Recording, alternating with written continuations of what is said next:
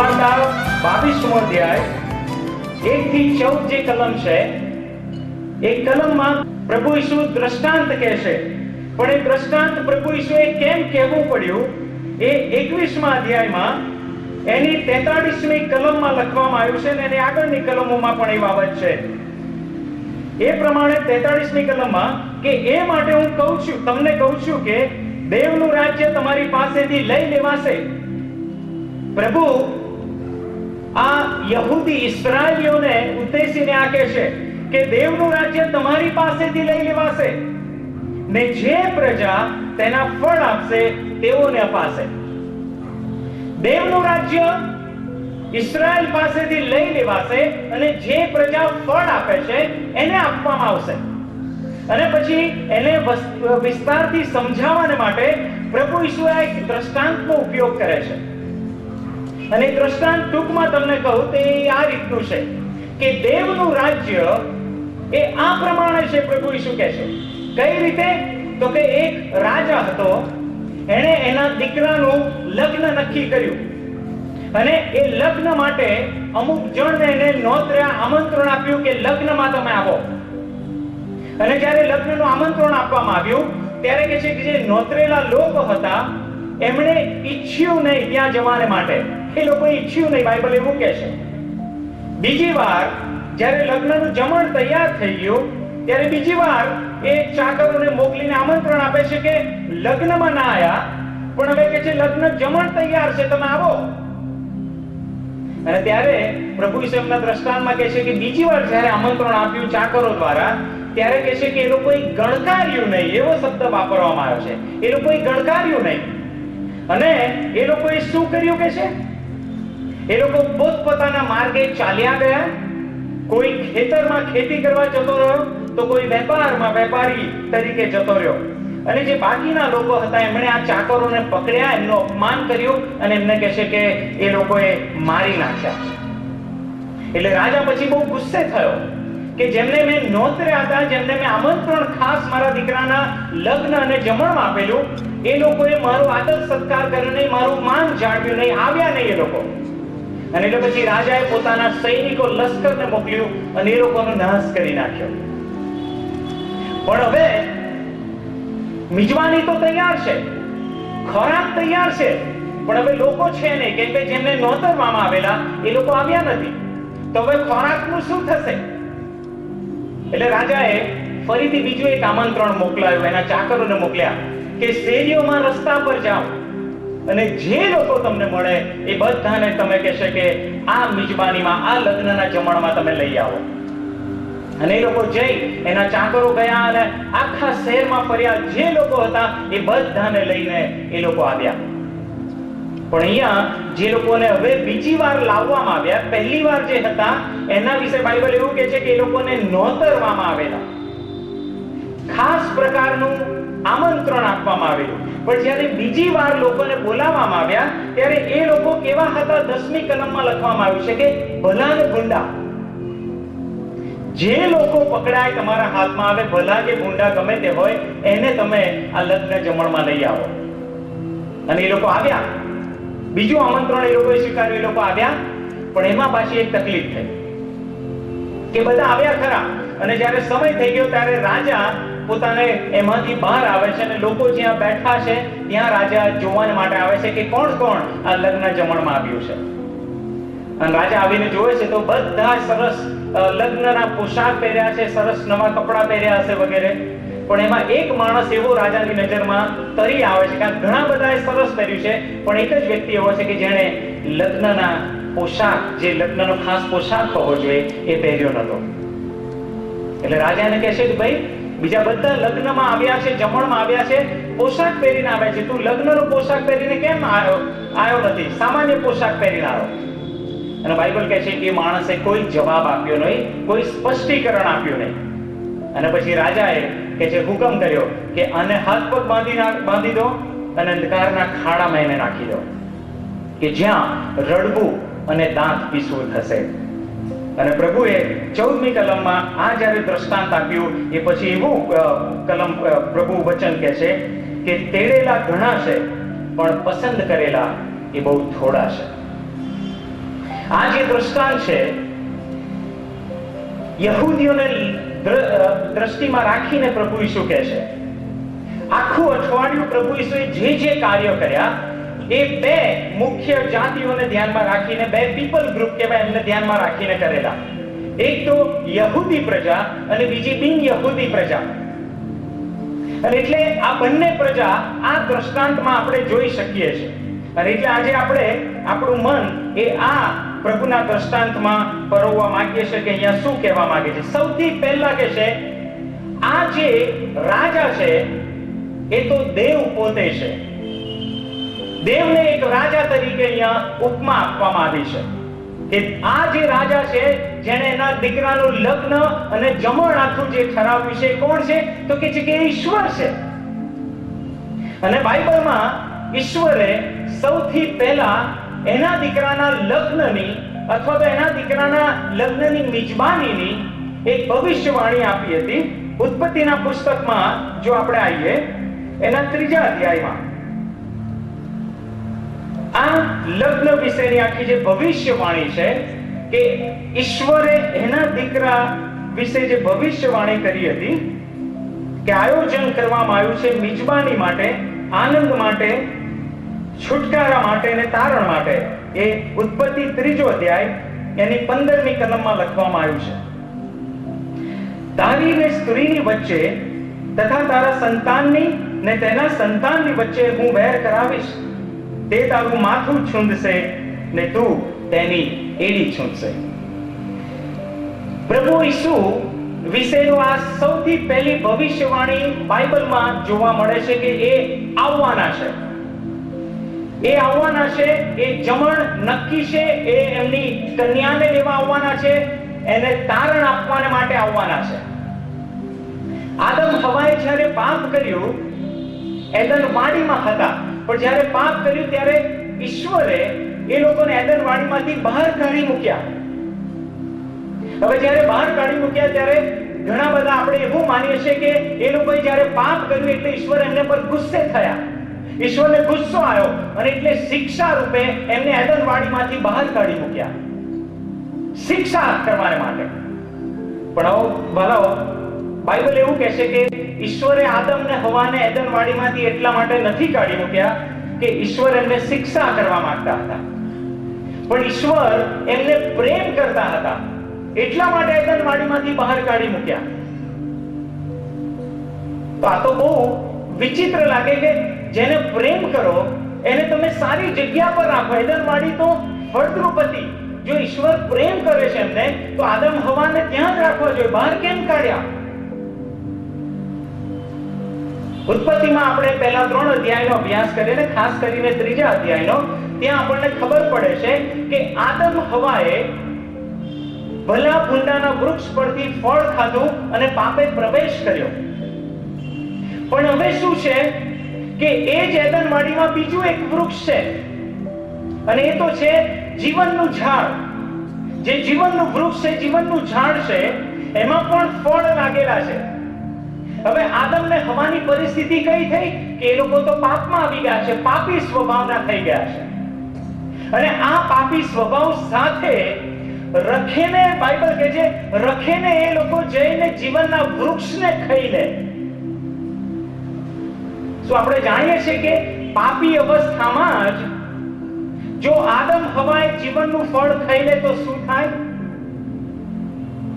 એ સમજવાના માટે એક ઉદાહરણ લઈએ કે કોઈ વ્યક્તિ હોય, એને શરીરે લકવા મારી ગયો હોય, એના હાથ એના પગ બધા વાંકા વળી ગયા હોય અને એને લકવા થઈ ગયો હોય. એ માણસ માંડ પોતે ચાલી શકે છે અને માની લો કે ઈશ્વર હજરા હજુર એની પાસે આવે છે અને એની પાસે કહે છે કે તું માગે તે આપું તને. અને આ લકવા થયેલો માણસ કહે છે પ્રભુ મને આખા જીવનભરનું આયુષ્ય તું આપી દે. અને ઈશ્વર કહે છે તે આયુષ્ય માંગ્યું, જા હવે તું કદી મરવાનો નથી, તું હંમેશા માટે જીવવાનો છે. આ માણસ આયુષ્ય માંગીને એક તકલીફ કરી દીધી. કઈ તકલીફ કરી? કે એને પહેલા લકવામાંથી બહાર આવવા માટેની વિનંતી માંગી નહીં. એટલે લકવા વાળો જ છે અને ઈશ્વર એને આશીર્વાદ આપી દો તું કાયમ જીવવાનો. એટલે કાયમ હવે લકવા સાથે જીવવાનો. આદમ હવા જો એ જીવનના વૃક્ષ પરથી એ ફળ ખાઈ લે તો હંમેશાને માટે પાપમાં જ જીવે. પછી એમના માટે તારણનો કોઈ માર્ગ રહે નહીં. પ્રભુ ઈસુનું પૃથ્વી પર આવવું, વધસ્તંભ પર ચડી જવું, દુઃખ સહન કરવું, બધું વ્યર્થ જાય. કેમ? પછી એમને કાયમ અનંત કાળને માટે જીવનનું વૃક્ષ ખાધાના લીધે પાપમાં જ એ લોકો હંમેશા જીવ્યા કરે. પણ ઈશ્વર એવું ઈચ્છતા નતા. ઈશ્વર એવું નક્કી કર્યું કે એ લોકો રખેને જીવનનું ફળ ખાઈ લે એ પહેલા હું એમને એદનની બહાર કાઢી મૂકું. અને એટલે ઈશ્વર એમને પ્રેમ કરતા હતા કે અત્યારે તમે એદન વાડીમાંથી જતા રહો, હું તમને પાછા લાવીશ એદન વાડીમાં, પણ અત્યારે નહીં. ઈસુ આવશે, તમને છોડાવવાને માટે ઈસુ આવશે, વધસ્તંભ પર જોડાઈ જશે દેવના હલવાન તરીકે, અને ત્યારે તમને એ એદન વાડીમાં પાછા લાવશે, દેવની હજુરમાં શુદ્ધ કરીને, પવિત્ર કરીને પાછા લાવશે. અને પછી તમે કાયમ અનંત જીવનનું જે ફળ છે એ તમને ખાવા મળશે અને તમે શુદ્ધ અને પવિત્ર આનંદિત જીવન તમે જીવી શકો. જ્યારે ઈશ્વરે આ રીતની આખી યોજના કરી કે હું આદમ હવા અને એ પછીની આખી જે વંશ જે પાપમાં જીવ્યો છે એમને શુદ્ધ અને પવિત્ર કરવાને માટે મસીહાને મોકલવાનો છું. પણ એ મોકલવાને માટે પ્રભુ ઈસુએ યહોવા દેવે એક આમંત્રણ આપ્યું. કેમ કે આપણે જોઈએ છે કે લગ્ન જમણ અને પછી આમંત્રણ. પ્રભુ ઈસુએ જે દ્રષ્ટાંત કીધું એમાં જે આમંત્રણ સૌથી પહેલા આપવામાં આવેલું એ ખાસ ચોક્કસ લોકોને આપવામાં આવેલું, જનરલ બધાને આપવામાં આવ્યું નતું કે કોઈ પણ આવું છે લગ્ન જમણમાં તમે આવો. આ જે આમંત્રણ હતું એ બાંધેલું આમંત્રણ હતું, ખુલ્લું આમંત્રણ હતું નહીં. અમુક જ પસંદ કરેલા લોકોને આ આમંત્રણમાં બોલાવવામાં આવેલા.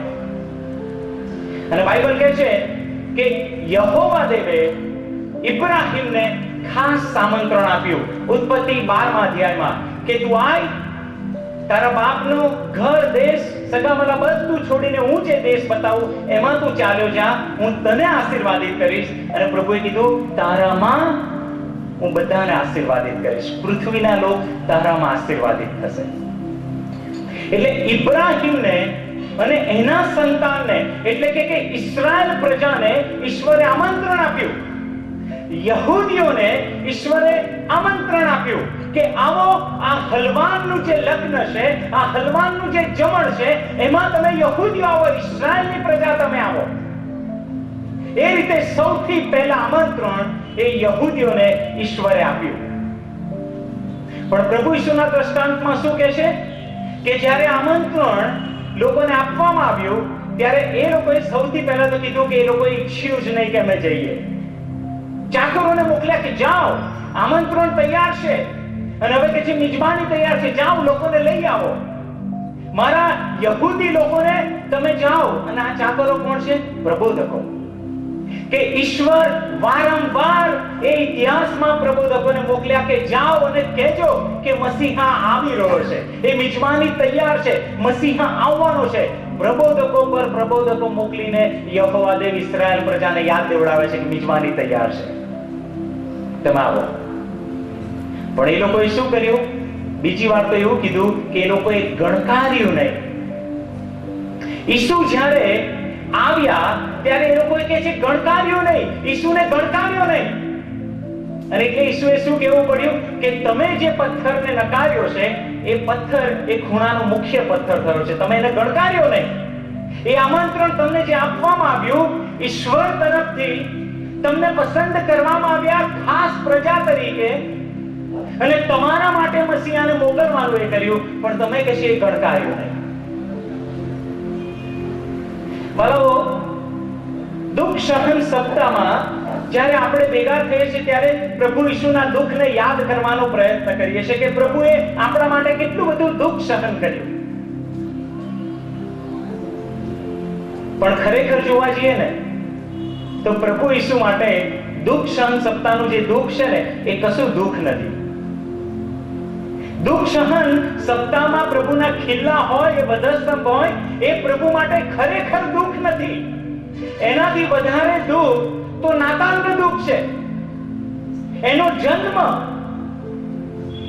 પ્રભુ ઈસુએ જે પૃથ્વી પર જન્મ લીધો એ એના માટે પીડાકારક હતું, એ વધસ્તંભના દુઃખ કરતા. કઈ રીતે? તો એ તો ઈશ્વર તો નિરાકાર છે, નિરાકારી. ઈશ્વર આત્મા છે, એને કોઈ આકાર હોય નહીં. અને છતાંય બાઇબલ કહે છે ફિલિપીના પત્રમાં 2 અધ્યાયમાં કે એ સ્વર્ગનો હોવા છતાં એને દાસનું રૂપ ધારણ કર્યું, મનુષ્યનું રૂપ ધારણ કર્યું. ભલાઓ આ તમેનું માનવીય મગજ કદી આ સમજી શકે એમ નથી કે ઈસુ જે આત્મા હતા પણ એમણે શરીર ધારણ કર્યું. એને શરીર ધારણ કરવાનું જે કષ્ટ છે એ તમેનું નહીં સમજી શકીએ. કદાચ હું આ ઉદાહરણ આપું, થોડે ઘણે અંશે તમને મને સમજવામાં મદદ કરે કે ઈસુ જે છોડીને નાતાલ પર નીચે આયા, એમનો જન્મ થયો એ કેટલો પીડાકારક હતો વધસ્તંભની જગ્યાએ. માની લો કે આપણે જે મોટા લોકો છીએ, બાઇબલનું ઘણું બધું જાણીએ છીએ, ઉત્પત્તિથી પ્રતિકરણના પુસ્તકો આપણને મળે છે, 10 આજ્ઞાઓ આપણને મળે છે, ગીત શાસ્ત્ર 23 યહોવા મારો પાડ છે એ મોડે છે. સન્ડે સ્કૂલમાં આપણે વર્ષો બેઠા હતા, શીખ્યા છે, અને હવે આપણે મોટા થયા છે, અને હવે આપણા બાળકો સન્ડે સ્કૂલમાં જાય છે. પણ માની લો કે તમારા બાળકની સાથે તમને પણ સન્ડે સ્કૂલમાં બેસાડવામાં આવે છે કે ભાઈ તમે તમારી જે સન્ડે સ્કૂલની ચોપડી હોય એ લઈને તમારા બાળકની પાસે આવીને તમે બેસો અને શીખો. શિક્ષક જે ભણાવે શું ભણાવશે? તો કે પહેલું બોલો ઉત્પત્તિ, પછી બોલો નિર્ગમન, બોલો યહોવા મારો પાડક છે. બાળકો એ તમારા બાળકને જે આખું નાના બાળકોનું ટોળું બેઠું હોય એમની મધ્યે તમને બેસાડે. તમે તો ઓલરેડી બધું જાણો છો, પણ છતાંય તમને બેસાડે છે, તમને શીખવાડે છે. આ તમને કેવું ફીલ કરાવે? બહુ અપમાનજનક લાગે, શરમજનક લાગે કે હું બાળકો મધ્યે બેસું? ના, આ બધું હું જાણું છું, શીખી ગયો છું. ઈસુ માટે આવું જ હતું. એ તો બધું જ જાણકાર હતો, આત્મા હતો. એ શબ્દ બોલે અને સર્જન એને કરેલું. પણ એ ઈસુ માટે કહેવામાં આવે છે કે એને રૂપ ધારણ કર્યું, જે શબ્દથી બોલીને આખા વૃક્ષો ઉત્પન્ન કરી શકે. એને જાણી જોઈને એ રંધો પકડ્યો, સુથાર બન્યો અને ખુરશી બનાવવા લાગ્યો. એને તો ખાલી બોલવાનું છે કે ખુરશી થઈ જા. શબ્દથી સર્જન કરનાર એને કહે છે એ શીખ્યો, સુથારી કામ શીખ્યો. એને શીખવાની જરૂર નથી. ઘણી બધી બાબતો ઈસુ શીખ્યા, એને શીખવાની જરૂર નથી. એને એ પોતાને નમ્ર કર્યો, પોતાને એને દાસ કર્યો. અને આ જે દુઃખ છે ને, આત્માને છોડીને શરીરને ધારણ કરો. આત્મા અમર્યાદિત છે પણ શરીર મર્યાદિત છે. ઈસુ મર્યાદિત થઈ ગયા. આ જે દુઃખ તમેનું કદી આ સમજી શકવાના નથી. પણ દુઃખ સહન સત્તાનું દુઃખ તમેનું વધારે માની હશે. પણ વાલાઓ, એનો જન્મ ઈસુ માટે બહુ પીડાકારક હતો કે જે તમેનું બહુ આનંદથી એનો જન્મ ઉજવીએ છે. પણ ખરેખર ઈસુ માટે તો પીડાકારક હતું કે પૃથ્વી પર આવ્યો. અને વધસ્તંભ કરતા બીજો એક સૌથી વધારે પીડાકારક બાબત, વધસ્તંભ પર પ્રભુ ઈસુ જ્યારે હતા અને ત્યારે જે થયું ને એ ઈસુ માટે સૌથી પીડાકારક હતું. અને કહ્યું હતું, મારા બાપ તે મને કેમ તજી લીધો છે. બાળકો, ત્રિએક ઈશ્વર, ઈશ્વર પિતા, ઈશ્વર પુત્ર અને ઈશ્વર પવિત્ર આત્મા, આ ત્રિએકતા થોડી પળો માટે અલગ થઈ ગઈ. આ તમેનું આ જે દુઃખ છે ત્રિએક ઈશ્વરનું, કે ઈશ્વરે પોતાનું મુખ એના દીકરા તરફથી ફેરવી લીધું અને ઈશ્વરે કીધું કે મારા બાપ તે મને કેમ મૂકી દીધો છે, કેમ તે મને તજી દીધો છે. એના બાપથી જે અલગ થવાનું જે દુઃખ છે ને વાલાઓ, એ આત્મા જે ઈશ્વર જે સંપૂર્ણ છે, એ જે તિરાડ વચ્ચે થોડો સમય પડી, એ જે દુઃખ છે ને વાલાઓ, વધસ્તંભનું દુઃખ એની આગળ કશું નથી. પણ છતાંય પ્રભુ ઈસુ જ્યારે પૃથ્વી પર હતા ત્યારે પ્રભુ ઈસુને દુઃખ લાગે અથવા તો પ્રભુ ઈસુની આંખમાં આવે એવા ઘણી ઘટનાઓ બની કે જેમાં પ્રભુ ઈસુએ રડવું જોઈતું હતું. ધારો કે એમનો જન્મ જ્યારે થયો, હવે ઈશ્વર જેને સગળું સર્જન કર્યું છે એને જ્યારે જન્મ લીધો ત્યારે શું થયું? ગભાણમાં એને એક વ્યવસ્થિત જગ્યા આપવામાં આવી નહીં જન્મ લેવા માટે. આ ઈસુની આંખમાં આંસુ ના હોવા જોઈએ કે હું આખી સૃષ્ટિનો કરતા અને પૃથ્વી પર તમે મને એક જગ્યા જન્મ લેવા માટે જગ્યા નહીં આપતા. ઈસુની આંખમાં આંસુ આવવા જોઈએ, પણ આંસુ આયા નહીં. આગળ વાત કરો, ઈસુ જ્યારે 12 વર્ષના થયા, યરુશલેમના મંદિરમાં ગયા, ત્યાં એના મા-બાપથી એ વિખૂટા પડી ગયા અને એના મા-બાપ 3 દિવસે પાછા આવ્યા અને જોયું અને ઈસુને બોલ્યા કે તને ભાન પડે છે? 3 દિવસથી તું અમારી અલગ થઈ ગયો, તારે અમારી સાથે હોવું જોઈએ. ઈસુને અહીંયા આંસુ આવવા જોઈએ એના મા-બાપ જ્યારે ધમકાવે છે ત્યારે, પણ ઈસુના આંસુ આવતા નથી. ઈસુના શિષ્યો જ્યારે એની પર વિશ્વાસ કરતા નથી. હોડીમાં જ્યારે જતા હતા, તોફાન થયું ત્યારે શિષ્યો ઈસુને ધમકાવે છે કે તને શું ચિંતા નથી, અમારી અમે નાશ પામીએ છીએ. ઈસુના શિષ્યો એને ધમકાવે છે કે તને શું ચિંતા નથી. એના શિષ્યોના અવિશ્વાસને લીધે ઈસુના આંખમાં આંસુ આવવા જોઈએ, પણ આવતા નથી. ઈસુએ જ્યારે અશુદ્ધ આત્મા કાઢ્યો ત્યારે લોકોએ એને કીધું કે આ તો અશુદ્ધ આત્માઓનો જે રાજા છે બાલ-ઝબૂબ, એના દ્વારા આત્માઓ કાઢે છે. ઈસુને એનાથી આંખમાં આંસુ આવવા જોઈએ કે આ લોકોએ મને બાલ-ઝબૂબ કહ્યો, પણ બાઇબલ કહે છે ઈસુના આંખમાં આંસુ આવ્યું નહીં. ઘણા આવા એ જોઈ લો વધસ્તંભની વાત કરવા લાવ કે જ્યારે એના જ શિષ્ય યહૂદાએ કે જેને પ્રભુ જાણતો તો છતાં એને એની ટીમમાં રાખ્યો, એને જ્યારે એને પકડાઈ દીધો ત્યારે ઈસુની આંખમાં આંસુ આવવા જોઈએ કે મેં 3 વર્ષ સુધી મારી ટીમમાં પાલવ્યો અને તે મને ધોકો દીધો, તે મને કે છે છેતરપિંડી કરી. ઈસુની આંખમાં ત્યારે આંસુ આવવા જોઈતા તો, પણ બાઇબલ કહે છે ઈસુની આંખમાં આંસુ ના આવ્યા. પીતર, જેને ઈસુએ પોતે એમની ટીમનો આગેવાન બનાવેલો, એને 3 વાર નકાર કર્યો, છતાં ઈસુને આંખમાં આંસુ આવવા જોઈએ કે તે મારો નકાર કર્યો, મારો શિષ્ય, મારો આગેવાન, છતાંય બાઇબલ કહે છે ઈસુની આંખમાં આંસુ ના આવ્યા. એ વધસ્તંભ પર કોરડા ફટકા મારવામાં આવ્યા, ઈસુ આપણો રડ્યો નહીં વાલા. એ કાંટાનો મુગટ એને માથે મૂકવામાં આવ્યો, ઈસુ રડ્યો નહીં. બાય ધ વે, એ જે કાંટા હતા એ બોરડીના કાંટા હતા નહીં, લાંબી સૂળો જેવા કાંટા હતા કે જે અંદર ખૂપી જાય, પણ છતાં કે છે કે ઈસુ રડ્યો નહીં. એ જ્યારે ખીલ્લા, એ લાફા મારવામાં, એની પર થૂક મૂકવામાં આવ્યું, ત્યારે કે છે ઈસુ રડ્યો નહીં. એ વધસ્તંભ પર જ્યારે હતા ત્યાં એમની મસ્કરી કરવામાં આવી કે તું દેવનો દીકરો હોય તો ઉતરી આય. ઈસુ ત્યારે પણ રડ્યો નહીં. બાળકો, ઈસુના જીવનનો અભ્યાસ કરો. જ્યારે એની પર પોતાની પર દુઃખ આવ્યું, એ વધસ્તંભનું હોય કે ગમે તે, પણ કે છે તમારો મારો ઈસુ રડ્યો નહીં. એની આંખમાં એક પણ આંસુ આવ્યું નહીં જ્યારે એણે પોતે દુઃખ સહન કર્યા ત્યારે. પણ એક સમય એવો આવ્યો કે ઈસુની આંખમાં આંસુ આવ્યા. અત્યાર સુધી ઈસુની પોતાની પર જ્યારે દુઃખ આવે છે, બાઇબલ કહે છે ઈસુ રડ્યો નથી. પણ એક સમય એવો આવ્યો કે ઈસુની આંખમાં આંસુ જોવા મળ્યા.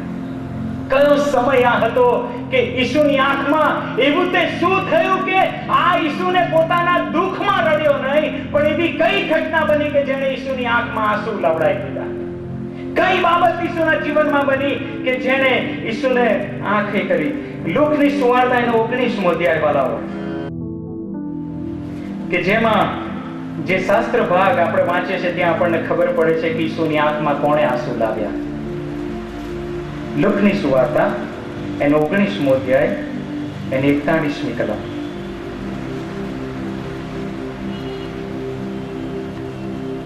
એકતાળીસમી કલમ પહેલા જો તમે દ્રષ્ટિ કરો તો ત્યાં શું થયું છે? ઈસુએ યરુશલેમમાં પ્રવેશ કર્યો છે. હોસાના, દાઉદના દીકરાને હોસાના, આનંદનો પ્રસંગ. ઈસુને રાજા બનાવ્યો છે. ઈસુના ગુણગાન ગાય છે લોકો. ઈસુ માટે કેટલો આનંદનો પ્રસંગ! ઈસુ માટે આનંદનો પ્રસંગ, કેમ કે રાજા છે. અને છતાંય એ પ્રસંગ ઈસુ રડે છે. 41મી કલમ. તે પાસે આવ્યો ત્યારે શહેરને જોઈને, શહેર એટલે યરુશલેમને જોઈને, તેને માટે રડીને કહ્યું. જૈતુન પહાડ પર એની નજીક ત્યારે આવો પહાડ પર, તો ત્યાંથી કહે છે યરુશલેમનું શહેર બહુ સુંદર તમને દેખાય. થોડા સમય પહેલા રસ્તામાં ઈસુની વાહવાહ થઈ છે, ઈસુના ગુણગાન ગાયા છે, ઈસુને ઊંચા ઉઠાવવામાં આવ્યા છે, આનંદનો પ્રસંગ, ઉત્સાહ થયો છે, અને હવે ઈસુ કહે છે રડે છે. બાળકો, ઈસુના પોતાના દુઃખોમાં ઈસુ રડ્યો નહીં, પણ જ્યારે એને યરૂશાલેમ તરફ જોયું ત્યારે ઈસુની આંખમાં આંસુ આવ્યા. ગ્રીક ભાષામાં આનો મેં અભ્યાસ કર્યો તો લાજરસના મૃત્યુ પર જ્યારે ઈસુ રડે છે, 2 વાર ઈસુ રડે છે બાઇબલમાં. લાજરસના મૃત્યુમાં જ્યારે ઈસુ રડે છે ત્યારે ગ્રીક ભાષામાં જે શબ્દ વાપરવામાં આવ્યો છે એ તો ખાલી એવું કહે છે કે ઈસુની આંખમાં આંસુ આવ્યા, જળજળિયા આવ્યા.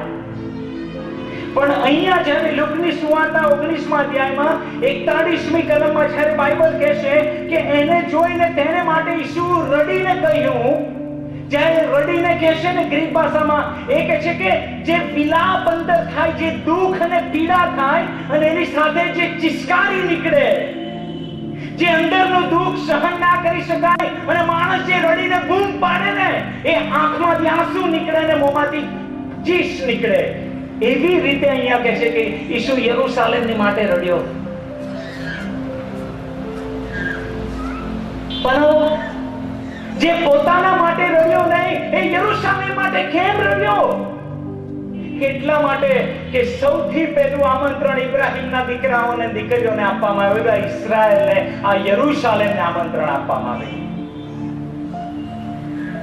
એ લગ્નનું જમણ વાલાઓ, કે આવો આ દેવનું હનુમાન, એનું લગ્ન, એનું જમણ, આવો ને આનંદિત થાઓ. એ ઈશ્વરની પસંદ કરેલી પ્રજાઓ આવો. અને જ્યારે એમને આમંત્રણ આપવામાં આવ્યું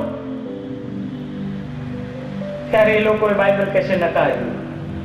અને ઈસુએ જ્યારે જોયું ત્યારે રડ્યો ઈસુ યરૂશાલેમને જોઈને. પણ યરૂશાલેમમાં એવું તો શું હતું કે રડ્યો? 42મી કલમમાં લખવામાં આવ્યું છે કે ઈસુને યરૂશાલેમને જોઈને રડવાનું કારણ કયું હતું? જો તે, એટલે યરૂશાલેમ, હા યરૂશાલેમ, તે તારી શાંતિને લગતા જે વાના છે તે આજે જાણ્યા હોત તો કેવું સારું. તારી શાંતિને લગતા વાના તે જો જાણ્યા હોત તો કેવું સારું. 4000 વર્ષ પહેલા કહેવામાં આવ્યું કે તમારી માટે હલવાન આવી રહ્યું છે. યહૂદી પ્રજા 4000 વર્ષ રાહ જોઈને બેઠી છે કે મારો મસીહા આવવાનો છે. અને એ ઈશ્વરે પ્રબોધકો મોકલીને એમને વારંવાર યાદ દેવડાવ્યું કે મસીહા આવી રહ્યો છે, મસીહા આવી રહ્યો છે. ભવિષ્યવાણીઓ કરી.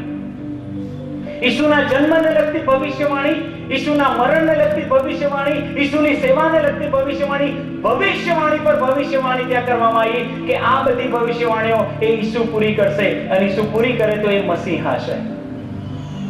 અને વાલાઓ, ઈસુ જ્યારે યરૂશાલેમને જોઈ રહ્યા છે ત્યારે ઈસુએ બધી જ મસીહાની ભવિષ્યવાણીઓ જે એમના કહેવામાં આવેલી એ સમય સુધીની બધી પૂરી કરી. એ બધી પૂરી કરી. અને હજુ પણ વધસ્તંભ પર જવાના છે, પુનરુત્થાન થવાનું છે, એ ભવિષ્યવાણી પણ ઈસુ પૂરી કરવાના છે. પણ શું થયું આ યરૂશાલેમને? કે યરૂશાલેમને જે કહેવામાં આવેલું કે તારો રાજા આવે છે, મસીહા આવવાનો છે, એ મસીહા જ્યારે આવ્યો ત્યારે એ લોકોએ ગણકાર્યો નહીં. બાઇબલ કહે છે એ લોકો એને ઓળખ્યો નહીં.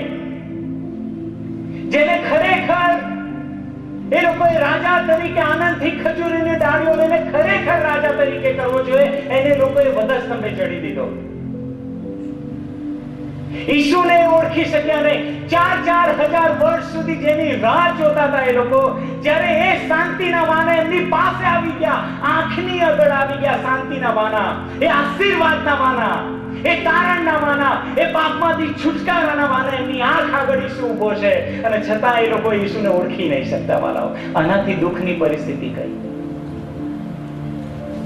ઈસુને એમના ખિલ્લા એ આંખમાંથી આંસુ નહીં પડાવતા, પણ યરૂશાલેમના લોકો ઈસુને ઓળખી ના શકે. એનાથી ઈસુને દુઃખ છે ને ઈસુ રડે છે કે મારી પ્રજા જેના માટે આટલા વર્ષોથી મહેનત કરી, આટલા વર્ષોથી મેં દુઃખ સહન કર્યું, મેં કે છે દાસનું રૂપ ધારણ કરીને સમજી નહીં શકતા કે મેં શું કર્યું, અને છતાંય કે છે હું તો એમના માટે આવ્યો છું, અને આ પ્રજા મને ઓળખી નહીં શકી.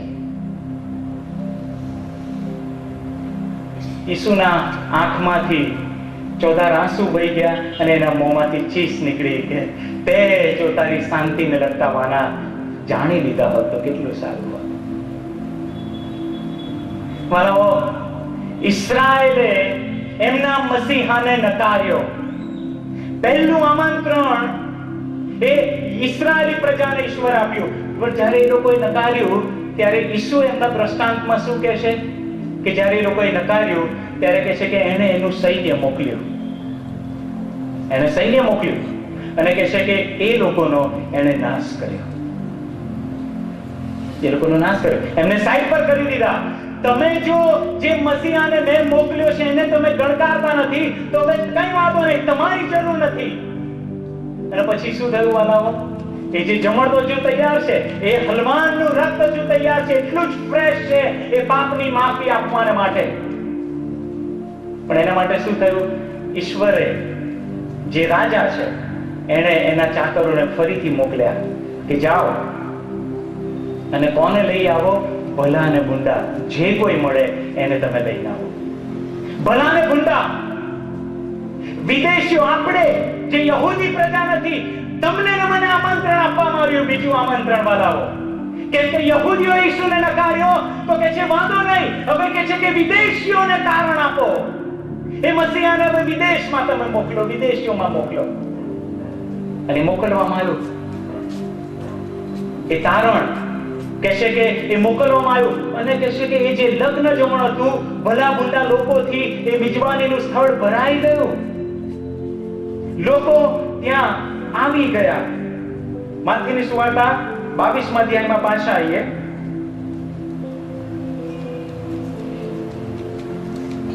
10મી કલમ. તે ચાકરોએ બહાર રસ્તાઓમાં જઈને ભલા ભૂંડા જેટલા તેઓને મળ્યા તે સર્વને એકઠા કર્યા, એટલે મહેમાનોથી લગ્નની ભરતી થઈ. બોલાવવામાં આવ્યા. યહૂદીઓએ નકાર્યો, અમારે મિજબાની નથી જોઈતી, પણ કહે છે કે વિદેશીઓએ આ લગ્ન જમણનો સ્વીકાર કર્યો. બલાઓ, પ્રભુ ઈસુની પાસે જ્યારે ફરોશીઓ, શાસ્ત્રીઓ, યહૂદીઓના આગેવાનો જ્યારે આવે છે ત્યારે ઈસુ એ લોકોને કહેશે કે તમારી પહેલા ઇબ્રાહિમની સાથે પૂર્વ અને પશ્ચિમથી લોકો દેવના રાજ્યમાં પ્રવેશ કરશે. તમારી પહેલા જે પહેલા છે એ છેલ્લા થશે. જેમને પહેલા આમંત્રણ આપવામાં આવેલું એ લોકો સ્વીકાર્યું નહીં. જે છેલ્લા છે, જે ભલા અને ભૂંડા કોઈ વિશ્વાસના નથી, એમને ખાસ પસંદ નતા કરવામાં આવ્યા, પણ એ લોકો કહે છે કે દેવના રાજ્યમાં પહેલા જશે. જે તમને ને મને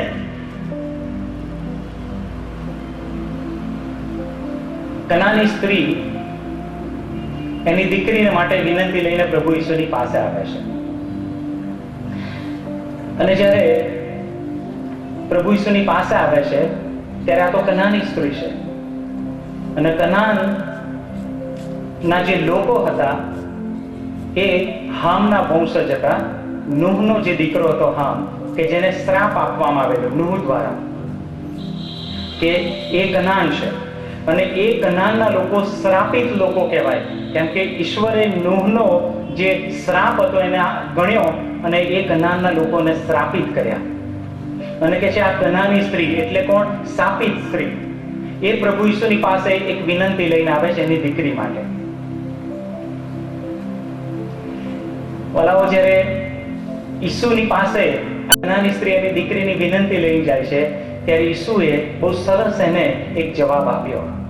ઈસુ એને સાજી કરી નહીં ત્યારે, પણ ઈસુએ કીધું કે પહેલા ઘરના છોકરાને ધરાવા દે.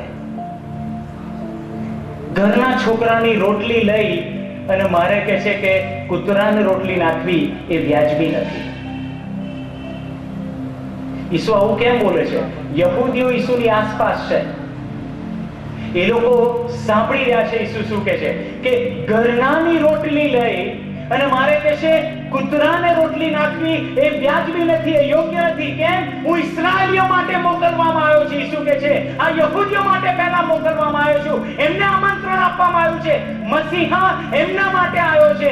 એ લોકો એનો આનંદ કરશે, એ લોકો એને ખાશે, એ એમની માટે માનના થવાનું છે.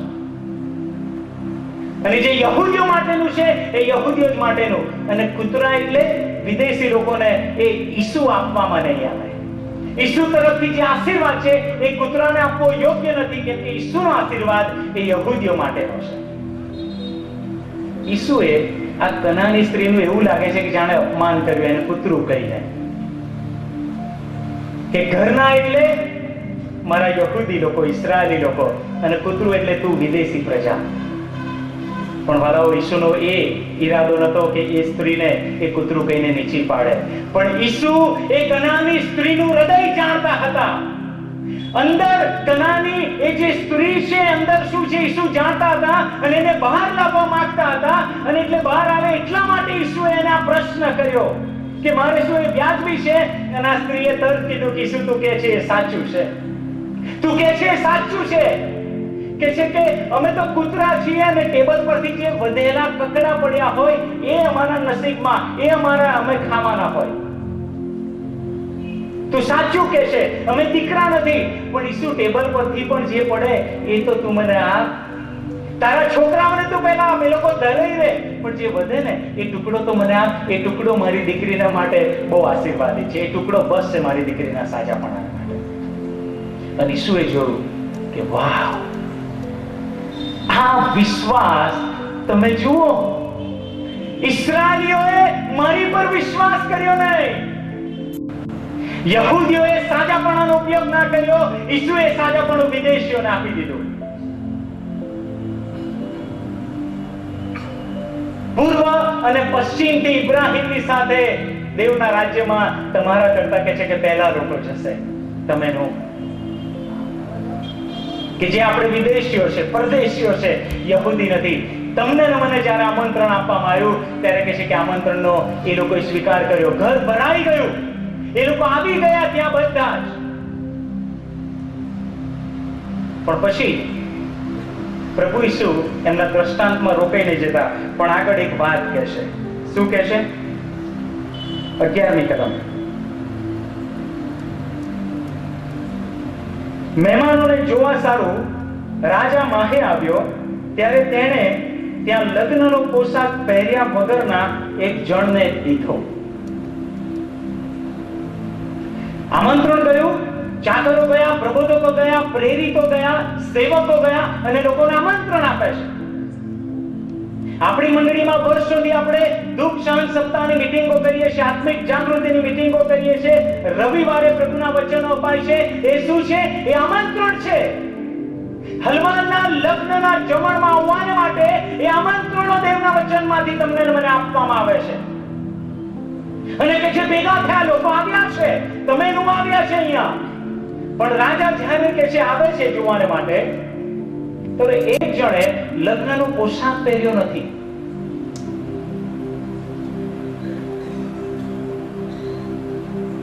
એને લગ્નનો પોશાક પહેર્યો નથી. આ બાબત શું સૂચવે છે વાલાઓ? આ બાબત એ સૂચવે છે કે લગ્ન જમણમાં આવવાથી, આમંત્રણ મેળવવાથી દેવના રાજ્યમાં કોઈ જઈ શકતું નથી. ખાલી આમંત્રણ મેળવવાથી દેવના રાજ્યમાં કોઈ જઈ શકતું નથી. કેમ કે આમંત્રણમાં તો આ બધા છે, અને આ એક વ્યક્તિ જે પોશાક વગરનો છે લગ્નનો, એ પણ ત્યાં હાજર છે. એટલે બધા જ હાજર છે. આ જોડામાં વિશ્વાસી અને અવિશ્વાસી બધા હાજર છે. તમારે મારે નક્કી કરવાનું, જોવાનું કે હું હલવાને એના લગ્ન જમણમાં જે મને ગમે ત્યારે આમંત્રણ મળ્યું હોય, આ મીટિંગમાં મળ્યું હોય, પહેલા મળ્યું હોય, તો મેં આમંત્રણનો સ્વીકાર કર્યો છે કે નહીં? અને જે પોશાક, લગ્ન જમણનો જે પોશાક એ મેં પહેર્યો છે કે નહીં? અથવા તો હું પહેર્યા વગરનો છું? એ તમારે મારે નક્કી કરવાનું. ટોળું તો એક જ છે, એમાં વિશ્વાસી અને અવિશ્વાસી બધા એક છે. રખેને કોઈ છેતરાઈ જાય બરાબર, એટલે મીટિંગ પછી હું હાથ ઊંચા બહુ કરાવતો નથી, લાંબુ ખેંચતો નથી. એટલા માટે કે રખેને તમે એવું સમજી બેસો, શૈતાન તમને એવું કે હું મીટિંગમાં હાથ ઊંચો કર્યો એટલે હું તારણ પામી ગયો. ના, મીટિંગમાં હાથ ઊંચો કરવાથી તમને ને મને તારણ મળતું નથી. એ પોશાક વગરના કહેવાય.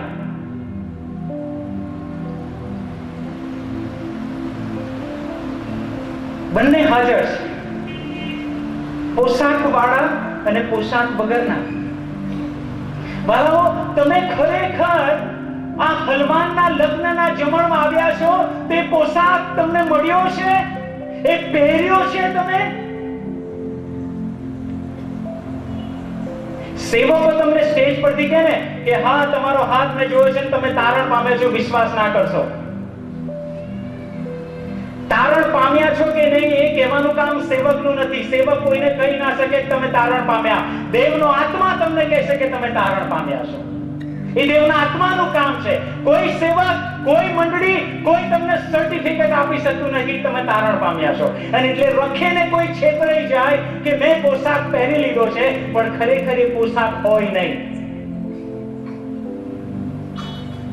કોઈ તમને કહે નહીં કે તમે તારણ પામ્યા કે નહીં પામ્યા. એ પવિત્ર આત્માનું કામ છે. એ તમને કહેશે અંદર કે હવેથી એક નવું હૃદય શરૂ થયું છે, નવું જીવન શરૂ થઈ ગયું છે, નવી ઉત્પત્તિ શરૂ થઈ છે. દેવનો આત્મા કે બીજું કોઈ તમને ના કહે. ભલાઓ, આ ઈસુનું જે આમંત્રણ છે એમાં આ જ ગંભીરતા છે કે બંને પ્રકારના લોકો ભેગા છે. પ્રભુ ઈસુએ અંતના સમયની અને ખાસ કરીને ન્યાયના સમયની વાત કરી કે ન્યાય કાળે શું થશે. કેમ કે પેલા કડવા દાણા અને સારા દાણા ખેતરમાં સાથે જ ઉગ્યા. તો પછી શું કહે છે કે લાવો આપણે આ કડવા દાણા કાઢી દઈએ. શું કહે છે કે ના, બંને સાથે ઉગશે. જુઓ, આ બહુ છેતરામણી પડ્યું છે. બંને સાથે ઉગશે, કડવા અને સારા દાણા.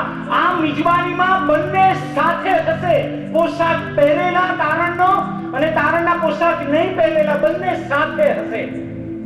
પણ ઈસુએ શું કીધું? એને ન્યાયકરણ સુધી વધવા દો અને દેવના દૂતો આવી અને ઘેટાને બકરાથી અલગ કરશે અને બકરાને ઘેટાથી અલગ કરશે. એમને જુદા પાડી દેશે. કડવા દાણા અને સારા દાણાને ત્યારે જુદા પાડવામાં આવશે. બાળાઓ, તમે આજે નક્કી કરો, યહૂદીઓએ જે તારણ, જે ઈસુ આવ્યા, જે મસીહ આવ્યા, એમને નકાર્યો. પણ તમે ને મેં ઈસુને આવકાર્યા છે. આજ લગ્ન જમણનું જે આમંત્રણ છે એને તમે ને મેં સ્વીકાર્યું છે અને આવ્યા છે આપણે. પણ જ્યારે આવ્યા છે ત્યારે એ લગ્નનો પોશાક તમે ને મેં પહેર્યો છે કે નહીં, એ બહુ મહત્વનું છે. તો જ રાજા પ્રસન્ન થવાનો છે. તો જ રાજા કહેશે એમને અહીં રહેવા દો. લગ્નનો પોશાક જો નથી પહેર્યો તો બાઇબલ શું કહે છે એની દશા કઈ થશે? તો કહે છે એના હાથ પગ બાંધી દો. અને હાથ પગ બાંધશે ત્યારે કહેશે કે ભાઈ ના, હું તો અહીંયા જતો, મને છોડો. કે ના, પોશાક નથી પહેર્યો. અને કહે છે કે એને અંધકારના ખાડામાં નાખી દો, જ્યાં રડવું અને દાંત પીસવું થશે. જ્યાં રડવું અને દાંત પીસવું થશે, એને અંધકારના ખાડામાં નાખી દો. બરાબર, આ પોશાક છે શું? તો પછી લગ્ન જમણનો જે પોશાક છે શું? મારે જોઈએ છે, મારે પહેરવો છે. શું તમને એવું થાય છે, ખાતરી તમારે મેળવવી છે કે એ લગ્નનો પોશાક તમે પહેર્યો છે કે નહીં, એ તારણ તમને મળ્યું છે કે નહીં? એ તમારે ખાતરી કરવી હોય તો શું કરવાનું? અને ચેક કરવું હોય તો શું કરવાનું? કેમની ખબર પડશે? આમંત્રણ તો મળી ગયું છે, અમે આવી ગયા છે, ઈસુ પર અમે વિશ્વાસ કરી દીધો છે. હલો, ઈસુ પર વિશ્વાસ કરવો ને એ પૂરતું નથી. એક સરસ કલમ આપું તમને કે ઈસુ પર વિશ્વાસ કરવો એ પૂરતું નથી.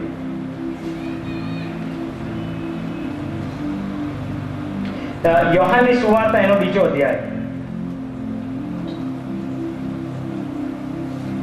યોહાનની સુવાર્તા એનો બીજો અધ્યાય,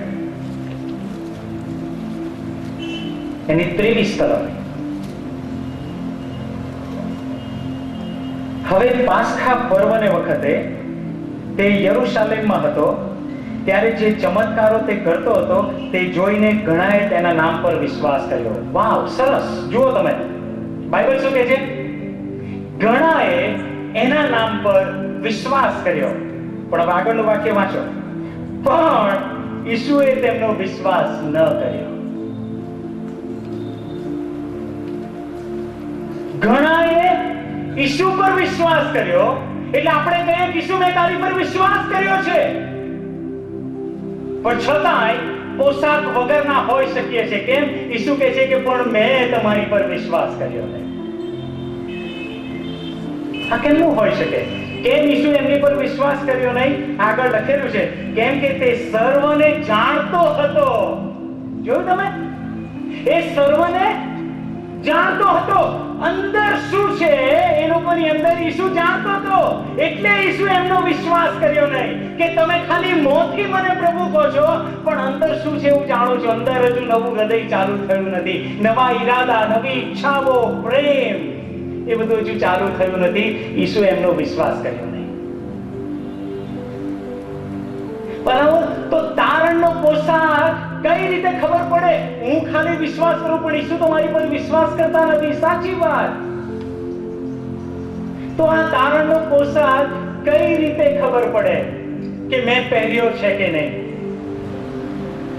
ભલાઓ, તમે જો ગંભીરતાથી આ શબ્દોને, આ પ્રભુના વચનને ગંભીરતાથી લીધું છે તો ઈશ્વરનો આત્મા તમને સાક્ષી આપશે. એક નવા જીવનનો અનુભવ અત્યારે તમને થશે કે તમને તમારા પાપ માફ કરવામાં આવ્યા છે, કેમ કે તમે ઈસુને એ તમારા વતી બલિદાન તરીકે સ્વીકાર્યા છે. પાપથી તમે પસ્તાવો કર્યો છે. એક નવા જીવનની શરૂઆત વાળાઓ અહીંથી થશે. એક નવું હૃદય પ્રભુ તમને આપશે અને તમે હવેથી આ દુનિયાને એક નવી દ્રષ્ટિથી જોતા થઈ જશો. કેમ? કેમ કે ઈસુનો આત્મા તમારામાં વાસો કરવાના માટે આવી ગયો છે, જો આપણે ગંભીરતાથી ઈસુ પર અત્યારે વિશ્વાસ કર્યો છે. અને મારી પ્રભુને પ્રાર્થના છે કે એ પ્રભુનો આત્મા જે તમે પ્રાર્થના અત્યારે કરી છે, એની પર વિશ્વાસ મૂક્યો છે, એ લગ્ન જમણમાં એ પોશાક તમને આપ્યો છે, તો એ પોશાક મુજબ જીવન જીવવા માટે તમને કૃપા આપે કે જેથી તમે હું ગીતામાંના છે કે બકરામાંના એ પ્રભુ તમને મને સાબિત કરી બતાવે.